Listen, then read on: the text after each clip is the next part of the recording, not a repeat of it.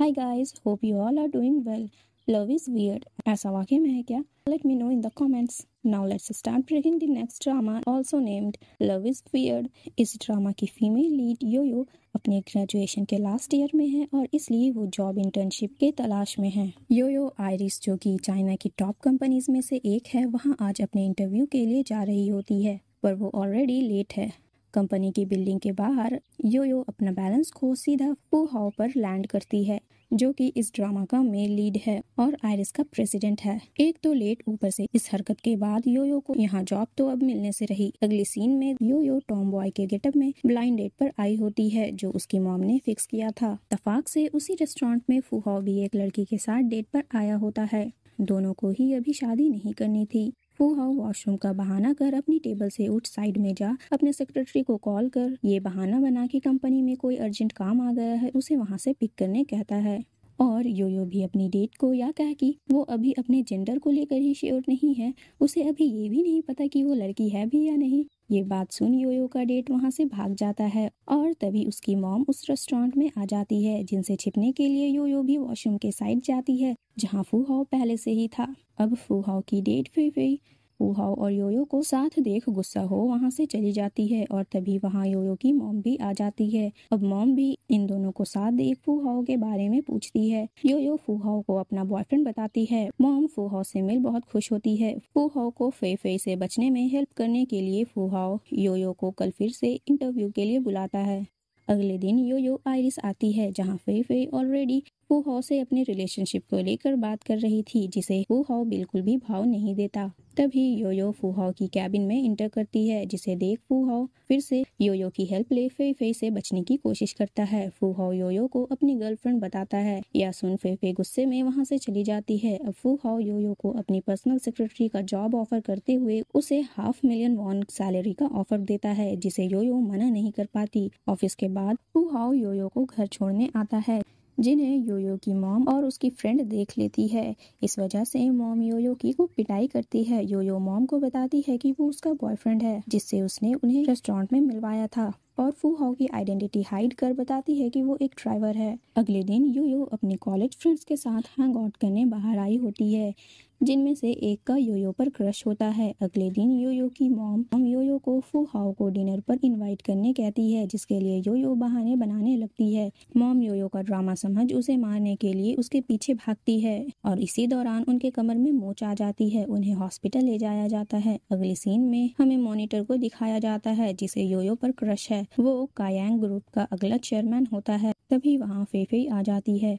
फे मिस्टर कू की बेटी है। मिस्टर कू दोनों को इंट्रोड्यूस करवाते हैं। मॉनिटर अपना रियल नाम लिन बताता है। इसका मतलब लिन अब तक अपनी आइडेंटिटी योयो से हाइड कर रहा था। उसने जानबूझकर किसी आम स्टूडेंट की तरह योयो की यूनिवर्सिटी में इंटेंशनली एडमिशन लिया था। अगली सीन हॉस्पिटल की दिखाई जाती है, जहां मॉम योयो को इमोशनल ब्लैकमेल कर फू हाओ को उनसे मिलवाने के लिए रेडी कर ही लेती है। फिर योयो फू हाओ से मिलने कंपनी जाती है। कंपनी में ऑलरेडी फे अपनी आंटी के साथ फू हाओ के पास शादी की बात करने आती है। फे की आंटी फू हाओ को धमकाते हुए कहती है कि आइरिस पहले से ही काफी लॉस में चल रही है। ऐसे में उन्हें कू ग्रुप का फाइनेंशियल सपोर्ट बहुत जरूरी है, जिसके लिए फू हाओ को फे से शादी करनी होगी। पर फिर भी फू हाओ फे से शादी नहीं करना चाहता। ये लोग बात ही कर रहे होते हैं कि तभी योयो कैबिन के अंदर आ जाती है। शायद हम यह कह सकते हैं कि योयो में मैनर्स नाम की कोई चीज नहीं है, या फिर शायद उसे इस कंपनी के प्रेसिडेंट के कैबिन में बिना किसी परमिशन के घुसने का स्पेशल परमिट मिला हुआ है। एनीवेज फू हाओ योयो को देख उसे फिर से फे और उसकी आंट से बचने के लिए उसकी हेल्प लेता है। फू हाओ योयो को किस कर फे और आंटी को बताता है कि ये दोनों ऑफिशियली डेट कर रहे हैं। इन दोनों के जाने के बाद फू हाओ योयो को योयो के बिना परमिशन किस करने के लिए सॉरी बोलता है, जिसे माफ करने के बदले योयो फू हाओ को एक थप्पड़ जड़ती है और फिर एक किस भी। फाइनली योयो फू हाओ को अपनी मॉम से मिलवाने की बात करती है, जिसके लिए फू हाओ रेडी हो जाता है। मॉम फू हाओ से मिल बहुत खुश होती है। अगले सीन में योयो लिन से मिलने एक कैफे आई होती है, जहां लिन योयो को उसकी बनाई एक स्केच देता है और वो फाइनली ये सवाल पूछ ही लेता है कि क्या योयो और फू हाओ रियल में डेट कर रहे हैं। लिन को ये बात योयो की फ्रेंड से पता चली थी। योयो पूरी स्टोरी लिन को बताती है। इसे सुनने के बाद लिन खुश होता है, क्योंकि अब भी उसका चांस था। अगली सीन में योयो को हॉस्पिटल से कॉल आता है कि उसकी मॉम की हालत और बिगड़ गई है। योयो भागे भागे हॉस्पिटल जाती है, जहां मॉम योयो को फिर से इमोशनल ब्लैकमेल कर उसे शादी के लिए रेडी करवा लेती है। योयो की मॉम को बस एक छोटी सी मोच आई थी, जिसका उन्होंने राय का पहाड़ बना दिया था ताकि वो अपनी बेटी को जल्द से जल्द शादी करते देख सके। योयो फूहाओ के पास उसे उससे शादी करने के लिए कहती है, जिसके लिए फूहाओ कॉन्ट्रैक्ट मैरिज के लिए मान जाता है।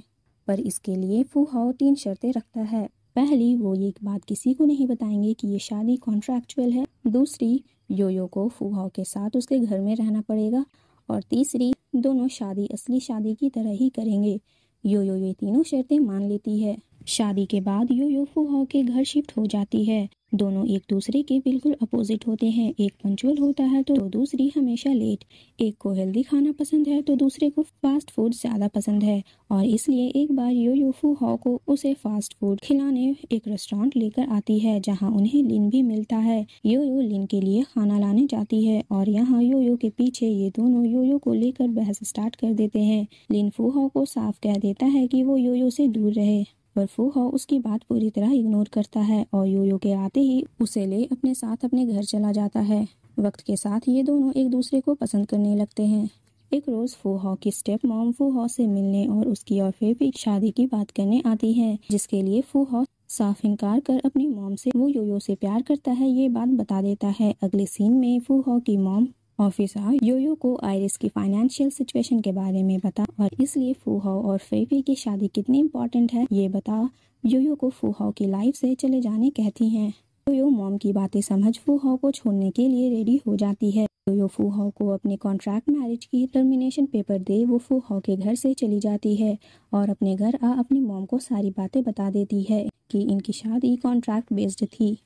अगले दिन फूहाओ की स्टेप मॉम फूहाओ से कहती है कि उन्होंने योयो को 2 मिलियन वॉन दिए थे तुम्हारी लाइफ से चले जाने के लिए और उसने ये एक्सेप्ट कर लिया। पर ये बात फूहाओ नहीं मानता और यहाँ योयो अपने लिए दूसरी जॉब की खोज में लग जाती है। लकीली उसे एक कंपनी में जॉब मिल जाती है जहाँ उसकी सैलरी बहुत कम होती है, पर वो जॉब एक्सेप्ट कर लेती है और इसी तरह 1 महीना बीत जाता है।